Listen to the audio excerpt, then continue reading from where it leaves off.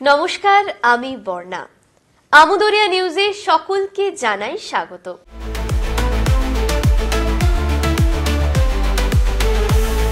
আমুদরিয়া news, voice of the marginal.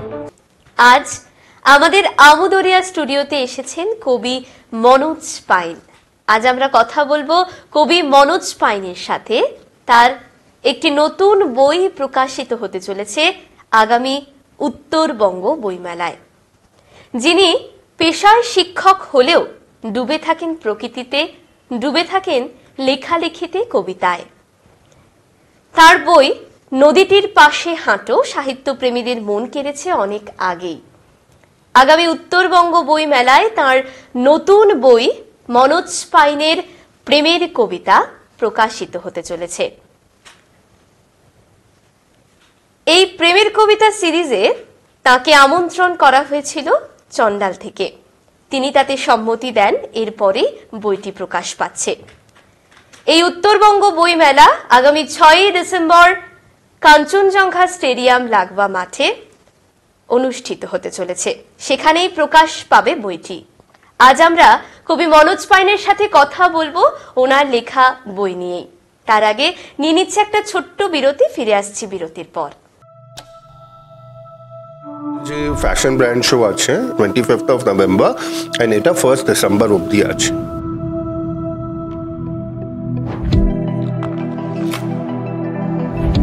তো যে কোনো কাস্টমার এলে they will definitely get something new. আমাদের অ্যাড্রেস আছে হিমালয় অপটিক্যাল, রামকৃষ্ণ সমিতি বিল্ডিং, পানিডাঙ্কি মোড়, নেক্সট টু SDFC, শিলিগুড়ি।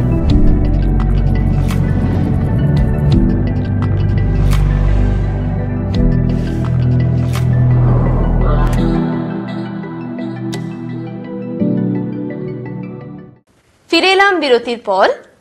সর্বপ্রথমে আমরা কবি সম্পর্কে কিছু কথা জানিয়ে দিই। মনোজ পাইন ০ দশকের কবি। জন্ম পশ্চিমবঙ্গের বাঁকুড়া জেলার জঙ্গলমহলের জরিস্যা গ্রামে। পড়াশোনা এবং বেড়ে ওঠা ওখানেই। শিলিগুড়ির পাথরঘাটা উচ্চ বিদ্যালয়ের শিক্ষক। বাংলা ভাষায় প্রকাশিত প্রায় সবকটি নামী পত্রপত্রিকায়, লিটল ম্যাগাজিন সহ নিয়মিত লিখে চলেছেন। সাহিত্যের সবকটি বিভাগেই তার লেখালেখি। প্রকাশিত কাব্যগ্রন্থ আর কত ভাঙবো বলো 2012, প্রকাশক পত্রলেখা। নদীটির পাশে হাঁটো 2019, প্রকাশক ধ্যানবিন্দু। পুরস্কার ও সম্মান: জলপাইগুড়ির নক্ষত্রবিধি সংস্থার সাহিত্য সম্মান 2017। নদীটির পাশে হাঁটো কাব্যগ্রন্থের জন্য ইসলামপুরের রোববারের সাহিত্য আড্ডার একমুঠো রোদ সাহিত্য সম্মান, একযুগ সাহিত্য পুরস্কার, বাংলাদেশের রংপুরের বিভাগীয় লেখক পরিষদের সাহিত্য সম্মান ইত্যাদি। আপনাকে স্বাগত এবং নমস্কার। প্রথমেই জানতে চাই, আপনি ডুয়ার্সের সঙ্গে আপনার অনেক দিনের প্রেম, সেই সঙ্গে বাঁকুড়ায় জঙ্গলমহলের সঙ্গেও আপনার এক দুরন্ত প্রেম রয়েছে, যেহেতু বাঁকুড়ায় আপনার জন্ম। তো এসবের বাইরেও আপনার আর কিসের প্রতি প্রেম রয়েছে? আমার এমনিতে খুব ভালো লাগে পড়াশোনা, সারাক্ষণ বই নিয়ে থাকি, বই এবং ঘোরাঘুরি একদম। আর আপনি একটু আগে বললেন যে আমার প্রকৃতির সাথে একটা প্রেম রয়েছে। হ্যাঁ, অবশ্যই আছে। আসলে প্রকৃতি ছাড়া তো কোনো কিছু নেই। প্রকৃতির মধ্যে অনন্ত, প্রকৃতির মধ্যে আনন্দ, একদম প্রকৃতির মধ্যে সবকিছু। আমার জন্ম যেহেতু জঙ্গলমহলে, প্রকৃতির মধ্যিখানে, ফলে আমি ছোটবেলা থেকে প্রকৃতির মধ্যে লালিত পালিত হয়েছি। প্রকৃতি আমার উপর একটা দারুণ প্রভাব ফেলেছে। পরে চাকরি নিয়ে চলে এসেছি শিলিগুড়িতে।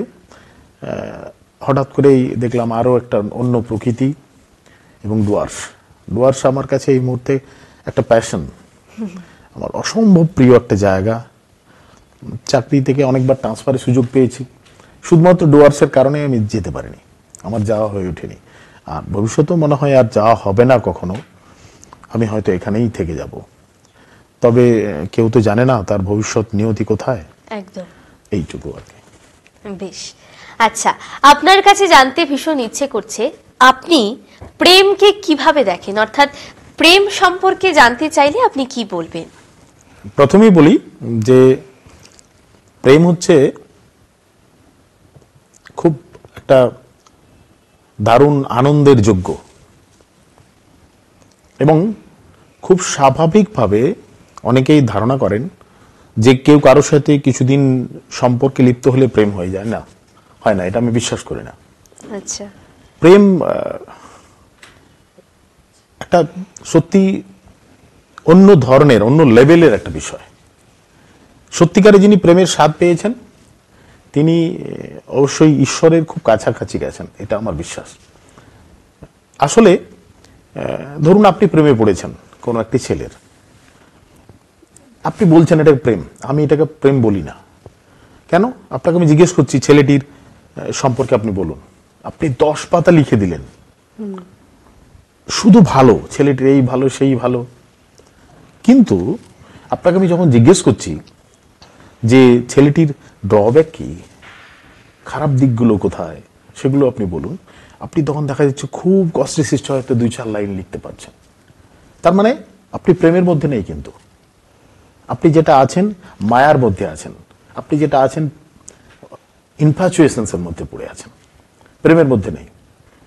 প্রেম হচ্ছে তাই যা আপনি যখন আপনি বুঝতে পারবেন যে আপনি কখন প্রেমে পড়েছেন, যখন একটা মানুষ সম্পর্কে যতটা ভালো জানবেন তার থেকে অধিক হয়তো খারাপ কিছু জানেন, কিন্তু তা সত্ত্বেও তার কথা ভাবতে গিয়ে আপনার মন আনন্দে ভরে উঠবে। আপনি তখনই কিন্তু বুঝবেন যে আপনি প্রেমে পড়েছেন, আপনার জীবনে প্রেমটা সত্যিকারে এসেছে। যে ফ্যাশন ব্র্যান্ড শো আছে 25th of November and এটা 1st December অবধি আছে।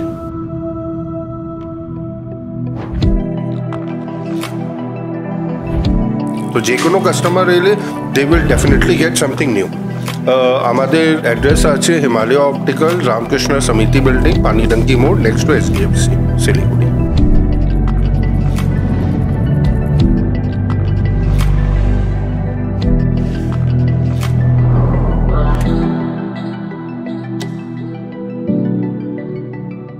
বাকি সবসময় মায়া বা ইনফ্যাচুয়েশন, আমরা এই মায়ার সাথে বা ইনফ্যাচুয়েশন সাথে লাভকে কিন্তু এক করে ফেলি, এটাই মুশকিল। আমার চোখে প্রেম মানে অনন্ত একটা আনন্দের যোগ্য, তার বেশি কিছু না। একদম। এবারে আমি আপনার প্রেমের সিরিজ থেকে আমি 2টি কবিতা পাঠ করছি, আপনার কেমন লাগলো অবশ্যই বলবেন। বখাটে ছেলের কবিতা। তোমার দিকে তাকালে এখন বেশ বুঝি আমাকে ভালোবাসার জন্য ব্যগ্র হয়েছ তুমি। তোমার চোখ, মুখ, ঠোঁট, দুমুঠো বুকময় সমস্ত হৃদয় শরীর আমাকে ভালোবাসার জন্য দিন রাত ছোটে ফেরে। তোমার চোখে ইশারা দেয় এক বিস্তৃত নদী। কিন্তু তুমি কি জানো না, আমি আমার কামুকতার লোভ, নখ, জটা চুল কিছুই ত্যাগ করিনি। তাই ভালো করে ভেবে দেখো, এভাবে হাজার হাজার বছর ধরে আমাকে ভালোবাসতে পারবে তো তুমি? জানি না কতটা ফোটাতে পারলাম। দারুণ পড়েছেন, খুব সুন্দর। এবারে আসছে আরেকটি কবিতায়, প্রিয় নারীর জন্য পূজা। যেখানে বসে আছি তার চারিদিকে উঁচু পাহাড়, শীতকাতুরে পাইন গাছগুলি এক একটি মৌন থেরির মতো দণ্ডায়মান। বরফের ভারে তাদের পাতা সকল অবরুদ্ধ। উপত্যকার ঠিক নিচে পাহাড়ি পথ, বয়ে চলেছে নদী। আমি অপেক্ষায় আছি একটি কবিতার জন্য, সর্বসহায়ক পুজোর জন্য। প্রতীক্ষার প্রহর গুনতে গুনতে রাত্রি এসে পাশে বসে। সমস্ত আকাশ জুড়ে অন্ধকারের আলো। কেবল একটি নক্ষত্র একা নৈঋত কোণে জ্বলজ্বল করে। খুব একাকিত্ব পেয়ে বসে আমায়, কান্না পায় খুব। বুঝতে পারি এ কান্না প্রিয় নারীর জন্য। হঠাৎ মায়ের কথা মনে পড়ে, এক একটি প্রেমের কবিতার মতো বান্ধবীদের কথা মনে পড়ে। ঠিক তখনই সমস্ত আকাশ জুড়ে আমার মায়ের কণ্ঠস্বরকে কে যেন বলে ওঠে, নারী ছাড়া কোনো পূজা সম্পূর্ণ হয় না। পূজা ছাড়া নারী প্রেমিকা হয় না। ভীষণ চমৎকার। সুন্দর লেখা, চমৎকার পড়েছেন আপনি। খুব সুন্দর। এবার আপনার কাছ থেকে আমার একটা অনুরোধ, আমাদের দর্শকদের জন্য আপনি আপনারই লেখা দুটি কবিতা পাঠ করে শোনান। প্রথম কবিতা জন্মদিনে। একটা নক্ষত্র দিনের মতো তোমার একটা জন্মদিন পার হয়ে গেল, সমস্বরে উচ্চারিত হলো না হ্যাপি বার্থডে টু ইউ। কেকের উপর 25টা মোমবাতি জ্বলে উত্তপ্ত করল না পৃথিবীকে। আর 5টা দিনের মতো সন্ধ্যার পর যোচনায় ভরে গেল পৃথিবী। রাত্রি গভীর হলে ডায়েরির পাতায় কলম পিষে কবি লিখল, তুমি আজ 24 পেরোলে, ঠিক যেভাবে 25 হলো জ্যোৎস্নাময় গার্লস স্কুল, যেখানে জন্ম নেয় কিছু প্রজাপতি মেয়ে, স্বপ্নের ডানা মেলে তারা উড়ে যায়, সূর্যকে উত্তপ্ত করে। তাদের ভুলে যাওয়া অসম্ভব, তোমাকেও। তুমি ওইসব মেয়েদের মতো স্বপ্নের ডানা মেলে উড়ে আসো, আমার সূর্যকে উত্তপ্ত করে যাও। আমি সেই উত্তাপের তেজে হেঁটে চলে এক নক্ষত্রপুঞ্জ থেকে আর এক নক্ষত্রপুঞ্জের দিকে, একটি উষ্ণতা প্রবাহী কবিতার দিকে। ভীষণ সুন্দর। পরের কবিতা 40 পেরোলে। সে এসে আমাকে স্বস্তি দিল, উঠান জুড়ে দাপাদাপির আগেই তাকে শটান টেনে নিয়েছি ঘরে। কোথায় বসাবো তাকে, দিকভ্রান্ত নাবিকের দশা আমার। বউকে এড়াবো বলে একবার পুরানো দারাজ খুলি, সেখানে তখন শীতের কম্বলে ঠাসা। ভাবলাম তাকে নিয়ে চুপি চুপি কেটে পড়ি নির্জন পাহাড়ে রিসর্টে।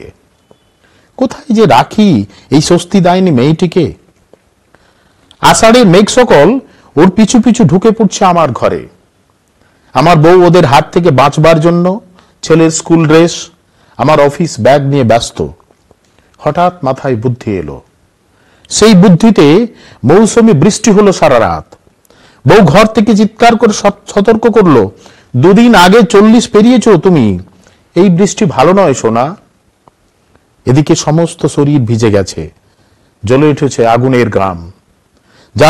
যারা 40 পেরোয়নি তারা কিভাবে বুঝবে মৌসুমী বৃষ্টি আসলে একটি মেয়ের দুটি নাম। বাহ, খুব সুন্দর লেখা।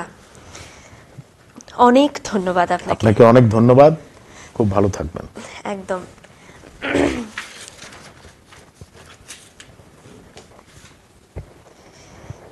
এবারে দর্শকদের জানিয়ে রাখি, মনোজ পাইনের প্রেমের কবিতা এই বইটি চন্ডাল বুকসে আপনারা পেয়ে যাবেন। চার্চ রোডের চন্ডাল বুকসে আপনারা এই বইটি সব সময় পাবেন। এছাড়াও উত্তরবঙ্গ বইমেলায়, যা শুরু হতে চলেছে 6 ডিসেম্বর থেকে, বইমেলাতেও এই বইটি পাবেন। সেই সঙ্গে বইমেলার স্টলে কিন্তু এবারে চন্ডাল বুকসের বইমেলার স্টলে কিন্তু আমাদের যারা কবি লেখকরা রয়েছেন তাদেরও থাকার কথা। বই কিনলে পাবেন তাদের অটোগ্রাফ, অর্থাৎ তাদের সইও। সেই সঙ্গে বলে রাখি, ফ্লিপকার্টেও খুব তাড়াতাড়ি এই বইগুলো আপনারা অর্ডার করতে পারবেন। আজ এই পর্যন্তই, আবারও পরবর্তীতে ফিরবো অন্য কোনো গুরুত্বপূর্ণ খবরের সাথে। ধন্যবাদ।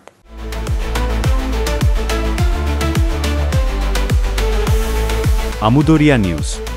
Voice of the Marginal.